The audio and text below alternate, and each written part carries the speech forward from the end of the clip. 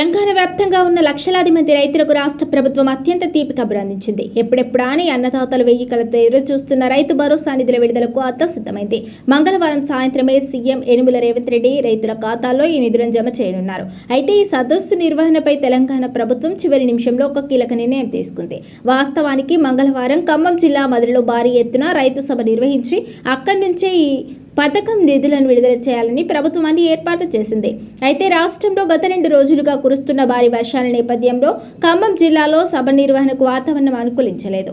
దీంతో రైతులు ప్రజల ఇబ్బందులను దృష్టిలో ఉంచుకొని మదిర రైతు సభను ప్రభుత్వం తక్షణమే రద్దు చేసింది.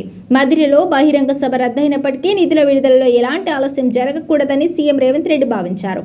అందుకే ఈ సదస్సును తక్షణమే హైదరాబాద్కు తరలించారు. మంగళవారం సాయంత్రం 4 గంటలకు హైదరాబాద్లోని శిల్పకళా వేదికలో రైతు భరోసా సమావేశం జరగనుంది. ఈ సదస్సులోనే CM Revanth Reddy, deputy CM Bhatti Vikramarka, వ్యవసాయ శాఖ మంత్రి తుమ్మల నాగేశ్వరరావుతో కలిసి నిధులను రైతుల అకౌంట్లో జమ చేస్తారు. రైతు భరోసా మార్గదర్శకాలపై సుదీర్ఘ కసరత్తు చేసిన ప్రభుత్వం అర్హులైన ప్రతి రైతుకు ఈ సహాయం అందేలా చర్యలు తీసుకుంది.